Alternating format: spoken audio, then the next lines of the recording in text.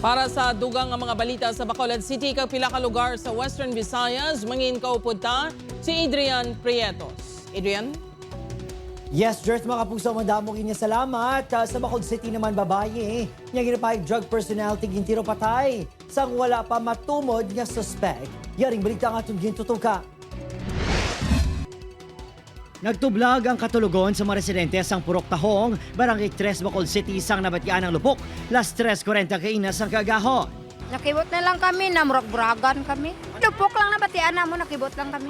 Nagkinarangkara ng mga residente sang Matukiban, kay sa kababayi ang nagahamyangon kag dugoon sa tubang sang Tiangge. Nagbakalinis ang sigarilyo antes gintiro sang pusil, ginkamatay sining igo sa ulo kag dughan. Ginkilala ang biktima kay Mary Jane Co, 38 anyos. Wala sa permanente nga ginaisaran kag nagatulog lang sa kilid sang dalan sa Barangay 5 o po ng 11 partner. Tumandok ini sang Negros Oriental kag nag-sideline nga Barker. Sunod sa kaprisan, wala ini nalakip sa drugs list sang barangay apang ginako sa iya partner nga drugista ang biktima. Actually, wala ni siya sa watch list kag hindi man ni siya registered voter. Gamit gid niya ko no. O kag amo na gani ang purpose niya nga nagkadto dra siya sa area kay ma-score siya tani. Wala na tumod ang nagtiro sa biktima apang sunod sa kaprisan, may grupo sa madurugisa nga ginaaligar sa likod sang pagpatay sa iya. May grupo kita nga ginatanaw which is nga nakita man naton nga daw mo nang nagahulog dra nga area sang item.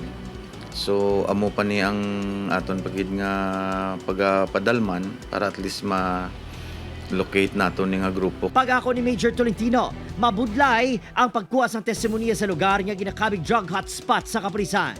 Permi lang nagadali. Kami mga bata man na sa. Sigarilyo, man lang na ginabakal, yadi sa amon kag katul. Gina-verify man sa kaprisan ang impormasyon nga ginsugat ang biktima kag nagsakay sa isa ka SUV kahapon kag gindulong balik sa lugar kagabi. Wala sa CCTV sa crime scene. Ginpadulukan man sa news team ang kahagugmas ang biktima sa Dalan Ramos apang wala ini sa lugar. Samtang, ginaimbestigaran man sa kaprisan ang pagkadula na Kent Mojica kag Elmo Lopez. Lunsay residente sa Bacolod City nga ginaaligar ginabdak. Apang sunod sa kaprisan, wala sila sang may nabaton nga reklamo tuhoy sa ginaaligar pagkadula sang duha. Under probation ang duha sa kaso angod sa illegal nga droga. Sandig sa impormasyon, ulihi sila nga nakitaan sang Enero 22 sa Dalan Lacson. Opod, Kiril Casillo, Adrian Prietos, One Western Visayas.